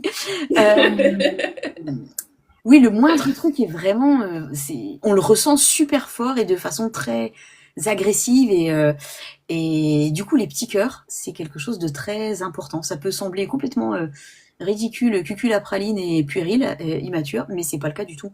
C'est, enfin, pour moi en tous les cas, hein, c'est super important. Donc, euh, donc voilà. Quel est ton bilan par rapport à ton tout premier roman? C'est-à-dire bilan. Euh, L'évolution. L'évolution. Bon, on va déjà dire ça, l'évolution, ma foi. Et ben, par rapport. Alors, mon tout premier roman, c'était des romans jeunesse, donc on va peut-être pas trop en parler, mais. Euh, J'espère avoir évolué déjà en termes d'écriture, de style, de construction d'intrigue, etc. J'espère que je vais un peu plus loin dans les émotions, dans tout ça, et puis dans ce que je peux faire. J'espère être un peu plus ambitieuse je sais pas comment dire, dans les histoires que je propose, de moins aller à la facilité parce que Aller moins plus en l'évidence. profondeur. Ouais, voilà, c'est ça. Maintenant, je sais pas trop quoi dire, mon évolution, en fait. En fait, il faudrait que tu me précises parce que je vois pas trop ce que tu entends par là. Je peux te dire que mes romans, au départ, mais c'est des romans jeunesse, ils faisaient la moitié moins de mots, mais bon, c'est normal, j'imagine. J'étais pas moins cruelle, puisque le dernier roman ado que j'ai écrit, qui s'appelait à l'époque Pourquoi faut-il rester vivant, qui a donné Les Derniers Vivants, c'est donc une histoire de fin du monde, d'apocalypse, etc. Et j'étais beaucoup plus violente dans la version ado que dans la version adulte. J'ai adouci pas mal de choses dans la version adulte, notamment j'ai ressuscité le chien. Oui, entre-temps, t'as appris qu'apparemment, il faut pas tuer le chien. Ça peut pas. Alors, tu peux tuer qui tu veux, même les Pas petits le enfants, chien. tu peux, mais pas le chien. Le chien, ça passe pas. Donc voilà. Je tiens quand même à dire que pour ce que pour ce roman, Les Derniers Vivants, le chien s'appelle Jasper. C'est un berger australien. Et non, je sais pas, vous voyez pas là l'espèce de carpette là. Oui, voilà. Dis bonjour. Voilà, c'est lui, Jasper le berger australien. C'est le tapis qui est là. Et du coup, quand j'ai écrit cette histoire, donc version ado, mais j'ai pleuré en tuant Jasper. Et je me disais, mais t'es con, mais qu'est-ce que t'es con d'écrire ça, mais c'est pas possible. Voilà, j'avais tué mon chien, c'était absolument horrible. Donc j'ai ressuscité le chien pour la version plus adulte. Mais ouais, c'est le truc qu'on m'a pas pardonné, le chien, dans un autre roman d'ailleurs. Et donc, où vas-tu chercher tes inspirations? Bah alors absolument partout. Je suis incapable de dire. C'est pas une idée, c'est en général plusieurs idées qui viennent de n'importe où, qui se percutent et puis qui finissent par donner encore une métaphore complètement nulle. Vous vous rappelez la bouteille de coca dans laquelle on met bouteille de coca, on s'en fout, mentos, on s'en fout, mais quand on met le mentos dans la bouteille de coca, ça fait pshhh. Et ben c'est exactement pareil. Les idées d'histoire, les idées toutes seules, chacune de leur côté, bon. Et puis à un moment, tu les mets ensemble et ça fait un truc, voilà. Et alors que si t'avais mis autre chose, un chewing gum dans ta bouteille de coca, ça l'aurait pas fait. Donc il y a des idées Ouais. qui prennent et puis des idées qui prennent pas et tu sais pas trop pourquoi. Et euh, et voilà, mais alors après, ça peut être une conversation entendue dans la rue, un morceau de chanson, souvent d'ailleurs, un morceau de chanson, enfin une émotion, en tous les cas, véhiculée par la chanson, et je me dis, ah ouais, ça, et après, je pars complètement sur autre chose, mais en tous les cas, ça a provoqué un début d'idée, des reportages, des trucs vus aux infos, des autres livres aussi, des conférences, des films, enfin, absolument tout et n'importe quoi. Je dis souvent qu'en fait les auteurs c'est comme si on avait des espèces de gigantesques paraboles attrape-rêves là et les idées viennent se prendre dedans en fait dans les filets et C'est fatigant. oui parce qu'il y en a tout le temps en fait il Ouais. y aurait toujours de quoi écrire et voilà, certaines restent accrochées, certaines sont retenues puis d'autres passent à travers et puis un jour celles qui sont retenues dans l'attrape-rêve et ben elles font des trucs ensemble. En fait, Voilà. un de mes conseils pour les gens qui ont beaucoup d'idées, c'est tuez-les. Du genre, faites en sorte de les tuer, de les supprimer, de les oublier, etc. Et par exemple, si vous avez une idée, ne la notez pas tout de suite. Laissez-la vivre, etc. Si dans quelques jours elle est toujours là, notez-la. Sinon, du genre, laissez-la mourir naturellement, etc. Ouais, Parce qu'on a juste, c'est triste à dire, c'est cruel à dire, mais on a juste une vie ouais, et on peut pas écrire toutes je peux pas tout les quoi. histoires qu'on aimerait écrire et c'est triste, c'est dommage, etc. Mais il faut faire des choix. Donc, Ouais. tuez vos idées, laissez mourir vos idées et Mm. fusionnez vos idées. Oui, fusionne. Non, mais exactement. Ce qui permet du coup d'avoir moins de choses à écrire. Moins de Et choses à écrire et tu as des intrigues beaucoup plus riches, beaucoup mm. plus... Et du coup, voilà, mon émotion lorsque j'ai découvert mon tout premier roman publié. Alors c'était pas un premier roman puisque c'était un album pour les petits. C'était l'histoire d'un petit loup qui a froid aux pattes et à qui sa mamie tricote des chaussettes. Et à la fois une grande fierté et aussi c'était tellement j'y croyais pas quoi. En fait, j'ai eu du mal, beaucoup de mal à réaliser mes grandes fiertés. Et puis mes parents, les cousins, les oncles, les tantes, tout le monde a acheté l'histoire du petit loup, donc j'avais l'impression d'avoir fait un succès international, alors que bon, bah, c'est ma famille qui a acheté, hein, soyons clairs. Euh, et puis voilà quoi. Mais et donc, ce que j'ai ressenti lors de mon tout premier succès, bah, je suis incapable de te dire en fait ce que c'est mon premier succès. Euh, je... En fait, mes romans, ils marchent au fur et à mesure. En fait, c'est un roman qu'on empile sur un roman, qu'on empile sur un roman. Mais il n'y a pas eu, il y a des gens, ils publient un roman et ça fait un best-seller, ça marche tout de suite.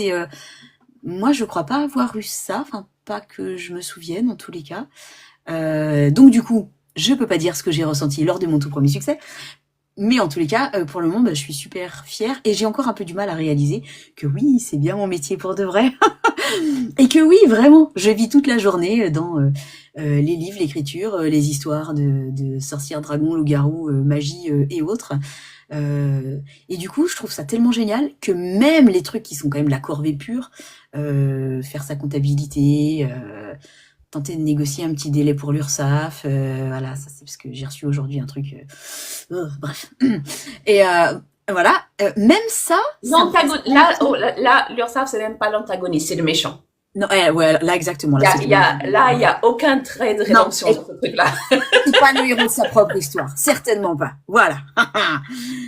Et voilà. Ouais, non, donc tout me plaît parce que c'est un rêve en fait que je savais même pas que j'avais. Et c'est en le vivant que je me dis ah ouais, j'ai vraiment le job de rêve quoi. Et du coup, un sujet que j'ai pas du tout envie de traiter. Oh bah il y en a des tonnes, hein. Par exemple, vous me ferez jamais écrire une romance sportive, alors que j'adore lire des romances sportives, mais mais non, alors là, l'écrire, ça veut dire faire des recherches et tout. Oh là là, non, j'aime pas les sports. Ouais, et le truc des recherches, c'est que tu ne peux pas improviser, au fait, Non. peu importe le sport que tu choisis. Ouais. Et je me souviens, j'étais en train de lire une série qui était écrite par une romancière australienne. Mm. Et elle a choisi une fédération américaine. Du genre, elle faisait du foot américain et du hockey, un truc comme ça. Donc, mais elle avait choisi les fédérations américaines et dans l'avant-propos, elle dit oui, au fait, il se peut qu'il y ait des erreurs parce que je suis australienne, parce que, ouais, comme ça, mes cousines, t'as une fédération d'Australie, pourquoi tu n'as pas du genre, pourquoi tu t'es doublement compliqué le truc, tu ne connais pas le sport et tu connais pas la fédération du genre, Ouais, ouais, et en mais même temps, je après, le truc, comprends. c'est que moi non plus, je connais pas. Donc, à la lecture, je sais pas si c'est faux, si c'est du genre, j'en ai aucune idée.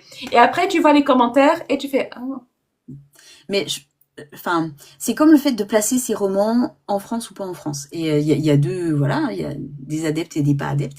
Moi, j'ai besoin de m'évader, et donc pour m'évader, j'ai besoin de placer ça ailleurs. Du coup, j'ai même carrément arrêté de placer ça dans d'autres pays. Maintenant, je place ça en fantasy, comme ça, le problème est réglé. voilà, c'est fait.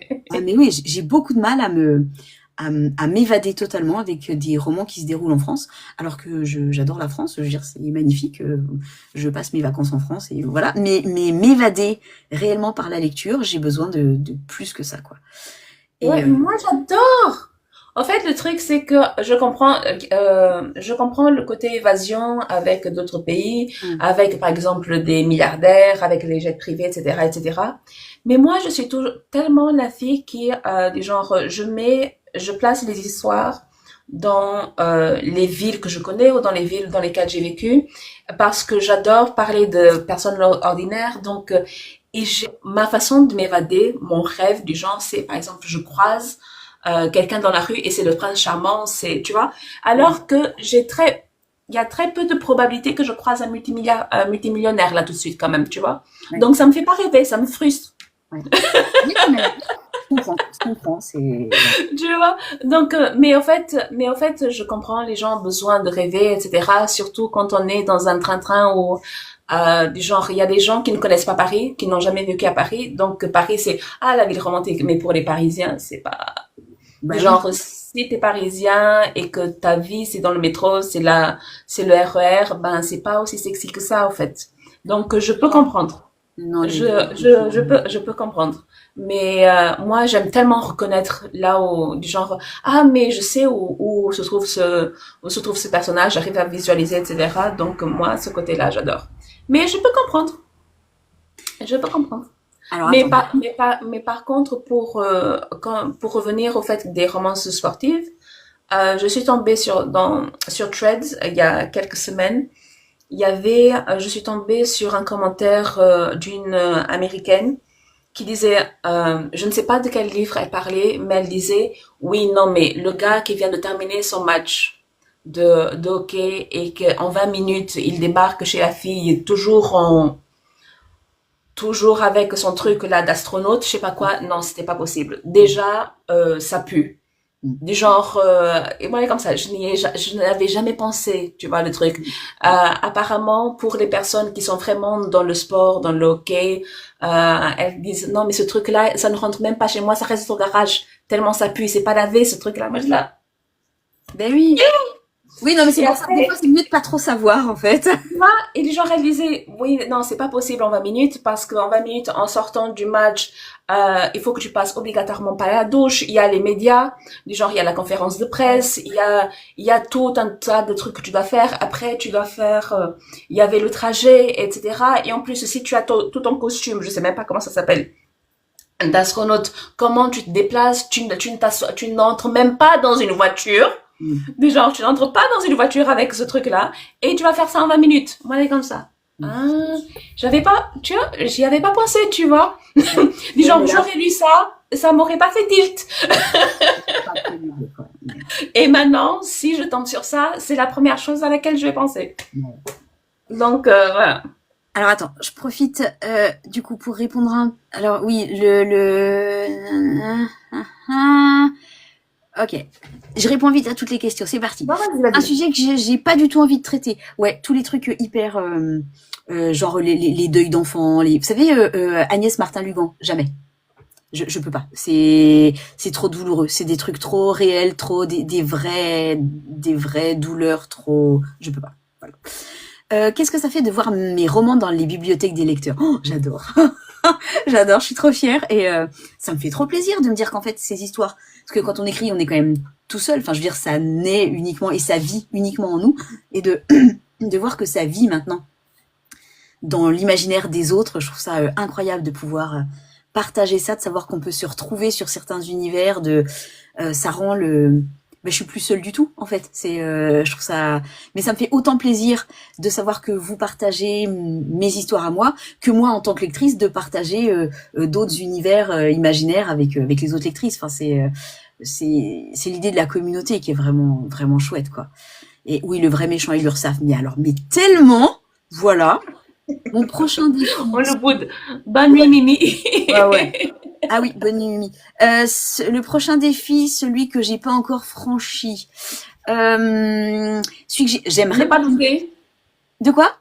Ne pas douter. Ne pas douter. Ah oui, oui, ça. Ah, je pensais dans une histoire. Ah oui, ne pas Ouais, douter. non, Ouais, ça. mais je dis ça comme ça au pif, hein. Au hasard, ouais. Ouais, je vois ce que tu veux dire. Dans une histoire, j'aimerais bien, mais j'ose pas. Mais j'ose pas par rapport aux lectrices, en fait. J'aimerais bien introduire du polyamour dans mon harem inversé, c'est-à-dire qu'il y ait aussi une relation entre deux hommes du harem inversé. Mais voilà, pas maintenant. Mais c'est un truc que j'aimerais bien faire. Oui, là tout Euh, de suite avec les trois, je vois pas très bien, mais ça aurait pu non, être intéressant. ouais, mais avec eux, ça aurait, voilà, ça passerait pas. Enfin, Sans jeu de mots horrible. Mais oui, avec d'autres personnages, pourquoi pas. Mais voilà, un jour peut-être. Un jour peut-être, pourquoi pas, exactement. Et je crois que j'ai zappé personne. Sinon, vous n'hésitez pas à me mettre un message. Euh... Ouais. Non, je crois que j'ai répondu à tout, hein. Oui, Il me semble. moi je crois. Ok. Tout, tout, tout. Je suis en train de toucher là, il fallait pas. Ah, tout va bien? Oui. Nickel. Bon, du coup, est-ce qu'il y avait encore des points, des trucs que tu voulais aborder? Non, je pense pas. Non. On a parlé fantaisie, Ouais. on a parlé écriture, on a parlé correction. Ouais. Du coup, on n'a pas vraiment parlé romance. C'est vrai, on n'a pas parlé romance. Oui, bah, c'était sous-entendu dans le reste. Alors, la romance. Bon, après, on est assez d'accord sur la romance, donc voilà. Tiens, pendant que tu réfléchis à tes questions romance, je vais répondre. Le sujet qui m'a donné envie d'écrire. Alors, le sujet, il y en a pas. En revanche, c'est une situation quand j'étais à la fac. Je faisais mes études pour être prof et j'avais le choix entre un atelier informatique et donc c'était il y a genre 30 ans. Ouais, 30 ans. Atelier informatique, j'avais le choix entre ou atelier d'écriture. Donc autant vous dire que j'ai choisi l'atelier d'écriture, je savais pas ce que c'était. Et j'ai découvert l'écriture à ce moment-là. En tant qu'ado, j'avais écrit des poèmes merveilleux, bien sûr. Voilà, mais j'étais jamais allée plus loin. Je m'étais jamais autorisée à aller plus loin. Et du coup, lors de cet atelier d'écriture, j'ai découvert le grand plaisir et la liberté, en fait, d'écrire. Et du coup, j'ai jamais arrêté. Voilà. J'ai fait des ateliers d'écriture, j'ai fait des concours de nouvelles, j'ai fait plein de trucs comme ça avant de me lancer. Et alors, j'ai envoyé mon premier texte à un éditeur suite à un téléfilm de l'après-midi de la 6, puisque j'étais enceinte de ma fille et je faisais la baleine sur le canapé, puisque il y a un moment où on peut plus faire autre chose. Hein. Et donc, c'était une histoire dans laquelle justement il y avait un monsieur qui finissait par envoyer un manuscrit à un éditeur, voilà. Et, euh, et quand mon chéri est rentré et je lui ai raconté ça, il m'a dit bah t'as qu'à faire pareil là, tes petites histoires là. Mes petites histoires, comment tu dis là? Vas-y, c'est à moi que tu parles. J'ai un peu plus de respect pour mes petites histoires. S'il te plaît, là, quand même. C'est quand même une histoire de petit loup qui a froid aux pattes. Pardon, mais c'est un potentiel de pré-concours. Et donc, voilà, j'ai envoyé ce texte-là et j'ai eu de la chance parce qu'en fait, dès ce premier texte-là, un gros éditeur m'a répondu. Et donc, c'était l'école des loisirs. Et j'ai été publiée en fait assez rapidement comme ça. Donc gros coup de chance. Et voilà. Donc c'est pas voilà, c'est pas un sujet, c'est un gros coup de hasard. C'était soit l'atelier informatique, soit et atelier informatique, Ça tient un peu de choses. des maths, hein, c'était pareil. Ça tient à très peu de choses, en fait. Ouais, exactement. Le personnage qui me ressemble le plus. Alors celui qui, ouais, Monsieur B a frôlé la catastrophe totalement. Alors, le personnage que je voudrais être le plus, en tous les cas, c'est Sigrid du Chant de l'Ancre, parce qu'elle a des ailes, entre autres. Et celui qui me ressemble, Et parce qu'elle transporte son animal en tatou. oui, exactement, et parce qu'elle a un gros tigre tatoué qui se matérialise dans la réalité, et ça, franchement, c'est quand même la classe.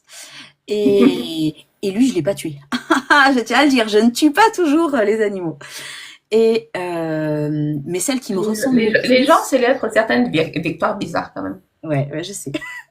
Je pense que c'est Liska en vrai qui me ressemble le plus, ou alors peut-être Alicia de Sky de Et malgré moi de trouver. Peut-être avec ses peurs, ses angoisses, voilà. Lorsque tu écris, il y a forcément un personnage que tu pompes sur toi. Ben, Mais tous les personnages ont des bouts, des parts étincelles en de nous, fait. quoi. Ouais, Mais c'est ça. On met forcément des parts de nous dans les personnages, mais Ils ne je sont sais pas pas si nous. ça ferait, c'est ça, je sais pas si ça ferait un très bon personnage, juste l'auteur. Ça me semble pas pas forcément une très bonne idée, quoi. Enfin, bon. En tous les cas, non. Il n'y a pas de personnage dans lequel j'ai mis totalement de moi, ça c'est sûr. Si, enfin, non. Mais celle qui me ressemble aussi, c'est Julia tiens, bravo, la fille. Les derniers vivants, voilà. Euh, c'est à chaque fois c'est trois, enfin, oui, c'est des personnages qui ont les mêmes traits de caractère, en fait. Et voilà, je les ai trouvées où, les jumelles Docker de Sky? Eh ben, je ne sais pas. Je ne sais pas, mais je les aime beaucoup. Les vieilles dames Les indignes, vieilles, là. les vieilles, les madames, les Ouais, mesdames. ouais, ouais, les jumelles indignes. Moi, je vais être comme elles quand je serai grande. Hein. Je veux vieillir pareil. Je vais être une sale peste avec mes sœurs et tout. Je nous vois bien. Ouais, non, ça serait sympa, les sœurs Graham, effectivement. Mais je sais pas d'où elles viennent. Pas du tout. Euh, Là, je me demandais si c'était général l'idée du perso personnel. C'est-à-dire de mettre de nous dans les personnages, je pense que tu veux dire. Ouais, d'accord. Au fait, je pense que c'est quelque chose qu'on va faire dans les premiers romans. On va pas faire. Peut-être que c'est volontaire, peut-être que parce qu'on va écrire ce qu'on connaît, et peut-être on se rend pas forcément compte. Mais dans les premiers romans, on peut Ouais, mettre quelqu'un qui nous ressemble beaucoup. C'est notre version idéalisée en quelque sorte. ouais, c'est possible. Mais plus on avance, plus on écrit, et je pense que on arrive vraiment à se détacher et on a juste, par exemple, une pensée ou un trait du genre un trait d'anxiété ou une façon de gérer le stress ou ou un vice ou une addiction, etc. Et c'est vraiment juste des trucs pour donner du relief au personnage et Ouais. ce n'est pas le personnage entier qui nous ressemble, quoi. Mm. Ouais, ouais, je pense que c'est tout à fait ça. Au fur et à mesure, on leur confie peut-être nos douleurs ou une certaine faille, des regrets, des trucs comme ça, mais pas forcément plus que ça. Parce que enfin, l'intérêt d'écrire aussi, c'est quand même d'explorer d'autres vies Ouais. et de vivre plein d'autres choses. Si c'est pour raconter sa vie à soi, c'est... Enfin, il y a des gens qui le font très bien, hein, mais Ouais. moi j'ai besoin de m'évader. Et ça, c'est pas... Non. Voilà. Voilà, c'est clair, net et Non. précis. Donc voilà. Et là, qu'est-ce que j'aimerais avoir comme lectrice dans les salons du livre? Eh ben exactement celle que j'ai. Franchement, j'ai des lectrices absolument parfaites et des lecteurs, parce que j'ai découvert que j'avais aussi des lecteurs. Et j'imagine bien qu'on dit toutes la même chose, hein, mais c'est la réalité. On a vraiment des communautés de lectrices absolument adorables et qui sont investis, qui sont à fond, qui sont super gentils, en plus qui comprennent que quand t'es auto-édité, t'as vraiment besoin de soutien et du coup elles sont là beaucoup. Elles sont loyales. Ouais, ouais, loyales, voilà, totalement. Et puis elles parlent de nos livres. Enfin, je trouve que ça fait vraiment partie de l'aventure d'être soutenu comme ça et entouré par autant de lectrices et lecteurs aussi chouettes. Je trouve que c'est une chance incroyable qu'on a. Et, et si, bon, en édition traditionnelle, les lectrices sont certainement pareilles aussi, mais j'ai l'impression qu'il y a quand même un surplus d'engagement quand c'est des lectrices, des autrices auto-éditées. Oui, surtout que c'est un contact plus direct. Du Ouais, genre, c'est vraiment, il n'y a pas d'intermédiaire, quoi. Donc, c'est vraiment oui, on peut là, être en contact avec on elles. Et tête à puis tête, surtout, quoi. elles savent qu'on a besoin d'elles. Et je pense qu'elles, bah oui, elles embarquent totalement dans le bateau avec nous, quoi. Et ça, c'est vraiment chouette. Donc, ouais, voilà. Bah, j'ai les lectrices que je voulais, donc, et les lecteurs, pardon, messieurs. Et les lecteurs que je voulais. Ouais. Steph qui dit en autopublication, les auteurs sont aussi Mm. plus accessibles. Mais au fait, c'est pas forcément le type d'édition. C'est le type de notoriété. C'est le degré de notoriété qui rend un écrivain accessible, plus ou moins accessible. Parce que je suis vintage, n'est-ce pas? Je viens de l'époque des blogs. Et de l'époque des blogs, Tatiana de René avait un blog et elle était très active. Elle discutait avec tous les abonnés, toutes les personnes qui lisaient, etc. Donc, à l'époque, donc c'était il y a 20 ans, hein, ça commence à dater. Donc, à l'époque, du genre, je vivais à Montpellier. Elle était à la Comédie du Livre, du genre, on s'était parlé à travers les réseaux. C'était pas encore les réseaux, à travers son blog. Et la première fois que j'ai débarqué à la Comédie du Livre, du genre, je me suis juste posée devant elle avec mon livre, du genre, bonjour. Et comme ça, elle a fait, toi, je te connais. Du genre, alors que c'était à l'époque elle s'appelait Sarah. À la sortie d'elle s'appelait Sarah, quoi. Donc, c'est à partir de ce moment-là où il y a eu un tournant dans sa carrière à elle, mais elle était déjà traduite dans plusieurs langues, elle était dans des grandes maisons d'édition, Héloïse d'Ormesson, Plomb, etc. Donc, ça dépend vraiment de la notoriété. À partir du moment où elle s'appelait Sarah a fait un succès d'enfer, a été adapté au cinéma, etc. Là, elle est devenue moins accessible. Genre, c'était même plus elle qui répondait à ses messages. Genre, j'imagine qu'à ce stade-là, tu dois recevoir 100 messages par jour et quelqu'un doit filtrer pour toi, quoi. Tu peux plus. Tu vois? Déjà, enfin, moi, je vois, j'en reçois beaucoup, beaucoup, beaucoup, et c'est compliqué. C'est compliqué. Donc voilà, c'est à partir de la notoriété et pas du tout du type de publication du genre plus on te connaît, plus les personnes te suivent, ben moins tu arrives à gérer. Ben c'est un bon problème à avoir, même si c'est triste d'après ne pas pouvoir répondre à tout le monde, quoi. Mais c'est vraiment une question de notoriété. Ouais, ouais, non, mais tout à fait. Et donc, décidément, plein de questions, mais c'est chouette. Est-ce que j'ai été soutenue par mon entourage dans mon rôle d'écrivaine? Oui, toujours. Mais c'est ce qu'on disait tout à l'heure, hein, le rôle de la famille est super important. Donc oui. Après, Oui, ça fait partie des soutiens et des obstacles. quand j'ai dit papa, maman, je démissionne de mon métier de prof et je vais faire auteur à plein temps, ils ont un peu flippé, hein, quand même. Mais bon, voilà, j'étais adulte, donc tout va bien. Tout va bien. Ça fait un moment que tu es adulte. Oui, voilà. Donc, mais oui, non, non, je me suis toujours. D'ailleurs, mes parents ont lu tous mes livres depuis le tout premier. Ils ont tout lu, même ceux qui ont jamais été publiés, ils ont tout lu. Ils se sont arrêtés au harem inversé. Là, Il y a des limites. là, c'est ça. On t'aime, mais c'est au-delà de ce qu'on peut lire. Et je comprends. Il n'y a pas de problème. J'avoue que imaginer mon papa lire certains trucs, Non.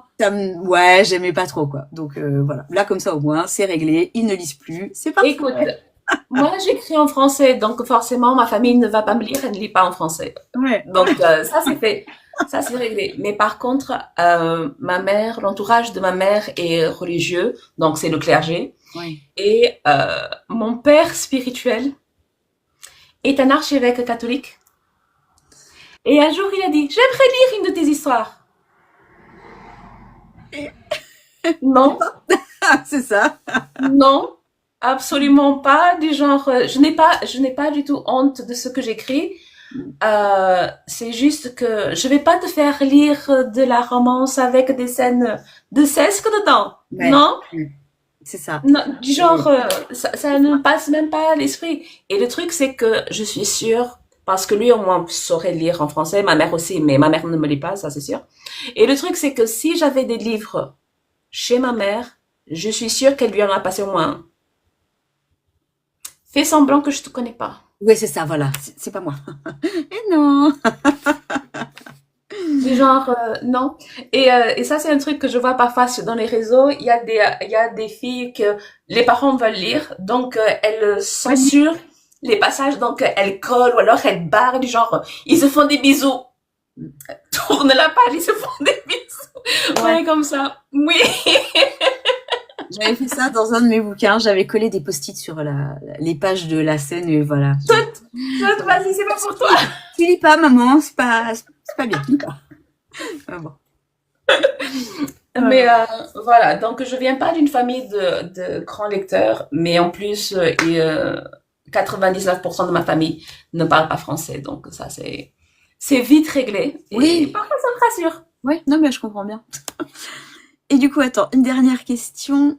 Quels ont été tes doutes si tu en as eu? Ah bah, en fait, j'en ai toujours. Je doute d'un bout à l'autre de chaque livre, de chaque jour d'écriture. Il y a des jours où ça va mieux que d'autres, mais les doutes, ils sont tout le temps, tout le temps, tout le temps là, hein. Je D'ailleurs, confirme. mais je pense que c'est le cas de tout le monde. Donc, euh, tout le monde doute. Enfin, je sais pas, non? Oui, non, mais j'en profite avec témoin. Tu doutes trop. Ouais. Non, Ouais, du bah, genre, ça se contrôle pas. non, Ok. non, du genre, en fait, tu te juges de façon tellement dure, en fait.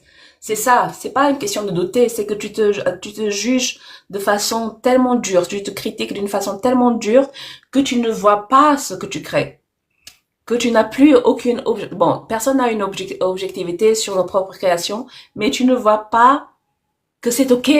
Du genre, on va retravailler, c'était ok, mais c'est pas mauvais, c'est pas à mettre à la poubelle, c'est pas pourri, c'est pas, tu n'es pas nul, tu vois. Ouais, ouais, non, mais oui, je vois. Ouais, ouais, ouais, bah oui, bon, bah voilà, Non, mais c'est mon job, au fait. C'est de la secouer aussi. Du genre, je lis ces manuscrits, mais mon job, c'est aussi de la secouer. Du genre, non, réveille-toi, tout va bien. tout va bien, c'est ça, tout va Tout va bien. bien. Respire, ça va bien se Genre, passer. sincèrement, avec Rune, elle arrive, non, mais je le sens pas. Mais ton histoire est géniale et j'avais juste lu le brouillon de ce truc-là. Du genre, c'était même en plus inachevé avec tout plein de X dans le truc.